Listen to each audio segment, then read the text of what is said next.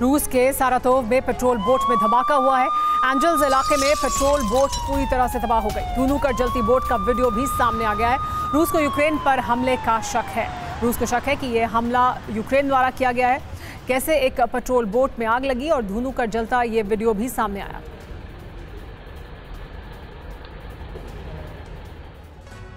Ukraine और रूस में तबाही के लिए नए हथियार लेकर रण में उतर चुका है। हालात ऐसे हैं कि अगर रूस ने डिफेंस शील्ड मजबूत नहीं की तो यूक्रेन तबाही का जलजला ला देगा। इस रिपोर्ट में जानिए आखिर वो कौन से हथियार हैं जिन्होंने क्रेमलिन में कोहराम मचा दिया है और अब रूस किस तरह से उनका मुकाबला कर सकता है। रुस्तम का खुफिया प्लान, ड्रोन से बहा घमासान।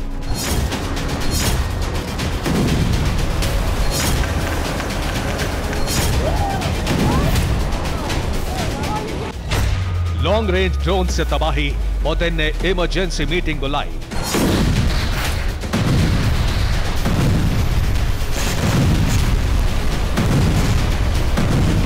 क्रीमिया पर इतना बारूद बरसाया गया कि कई इलाके पूरी तरह तहस नहस हो गए।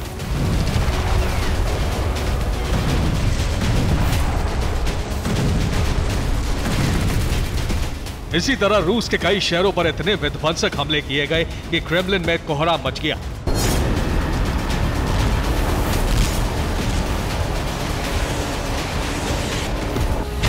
आखिर ये कौन सा हथियार आ गया जिसने रूस में भारी तबाही मचा दी? आखिर यूक्रेन किस हथियार से हमला कर रहा है जो मिलिट्री बेस और वेपन डिपो को भी तबाह कर दे रहा है?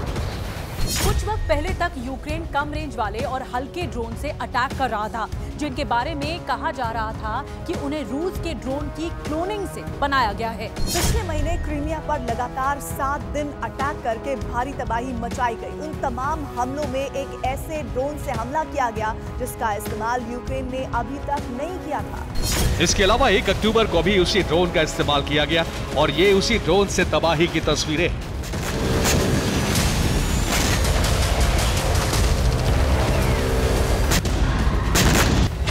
जब रूस के सीक्रेट सर्विस के हेडक्वार्टर पर हमला हुआ,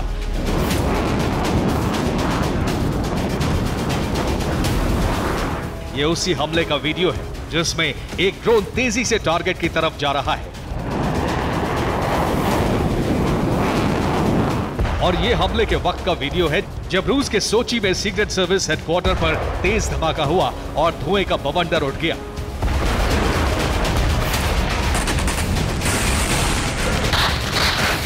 बताया जा रहा है पहले ड्रोन अटैक के बाद 3 और ड्रोन इंटेलिजेंस यूनिट की इमारत से टकराए।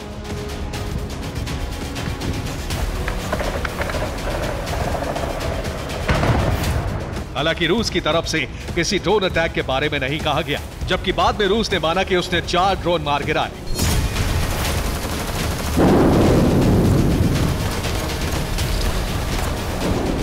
जबकि उसी दिन यूक्रेन मिलिट्री इंटेलिजेंस ने दावा किया कि ठीक उसी दिन मिसाइल प्लांट पर हमला हुआ। स्मोलेंस्क में मौजूद ये उसी प्लांट की तस्वीरें हैं। इस प्लांट में किंजल मिसाइल बनाई जाती है। यहां से हर हफ्ते एक बड़ी खेप युद्ध में इस्तेमाल के लिए निकलती है।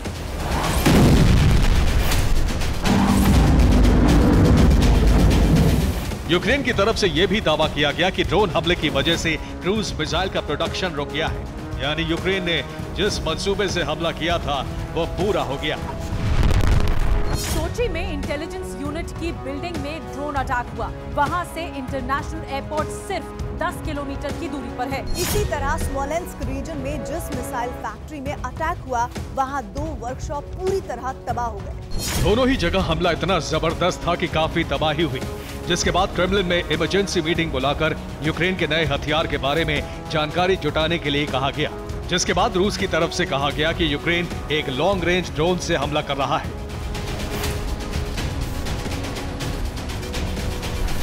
जो भी तस्वीरें सामने आई हैं, उन्हें देखकर रूस का आकलन है कि लॉन्ग रेंज ड्रोन यूक्रेन को कुछ दिन पहले मिले हैं, जिनमें से एक PDI ड्रोन हो सकता है और दूसरा किन्सी ड्रोन। दोनों ही लॉन्ग रेंज ड्रोन हैं और दोनों ही कामिकाजे हैं, यानी टारगेट पर जाकर फट जाते हैं। मीडिया रिपोर्ट से मिली जानकारी के मुताबिक सोची में जो हमला हुआ वो PD-1 ड्रोन से हुआ, जबकि स्मोलेंस्क में जो हमला हुआ वो किन्सी ड्रोन से हुआ।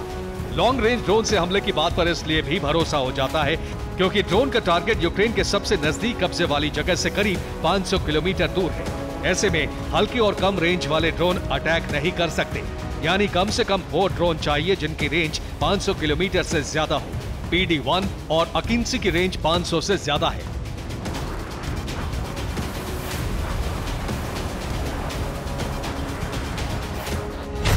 PD-1 की उड़ान क्षमता 900 किलोमीटर है, जबकि काला सागर के एक चक्कर की रेंज 860 किलोमीटर है, यानी PD-1 ब्लैक सी का एक चक्कर लगाकर लौट भी सकता है। इसके अलावा अकिंसी PD-1 के मुकाबले ज्यादा विध्वंसक है। दरअसल ये तुर्की की उसी कंपनी ने बनाया है जिसने TB2 ड्रोन बनाया है। उस कंपनी का नाम बायरक्तार है। अब समझिए, जब TB2 ने रूसी वॉरशिप को अटैक करके डुबो दिया था तो अकिंसी कितना मारक होगा। इसकी खूबियों की बात करें तो इसकी स्पीड 400 से 600 किलोमीटर प्रति घंटे है। ये 1500 किलो तक विस्फोटक ले जा सकता है। टर्बो प्रॉप इंजन से लैस अकिंसी मिसाइल और बम दोनों से अटैक कर सकता है। अकिंसी की रेंज 6000 किलोमीटर है। TB2 से 10 गुना वजनी होता है और 40,000 फीट की ऊंचाई पर उड़ सकता है। यानी यूक्रेन को TB2 से भी ज्यादा विनाशकारी ड्रोन मिल चुका है, जिसके दम पर वो रूस में बड़े हमले कर रहा है। अब सवाल उठ रहा है कि रूस इसका मुकाबला कैसे कर पाएगा, क्योंकि TB2 ने ब्लैक सी में रूस को काफी नुकसान पहुंचाया है। कहीं ऐसा तो नहीं अकिंसी के आक्रमण से रूस का सुरक्षा घेरा तहस नहस हो जाए। Bureau report, TV9 Bharatvarsh.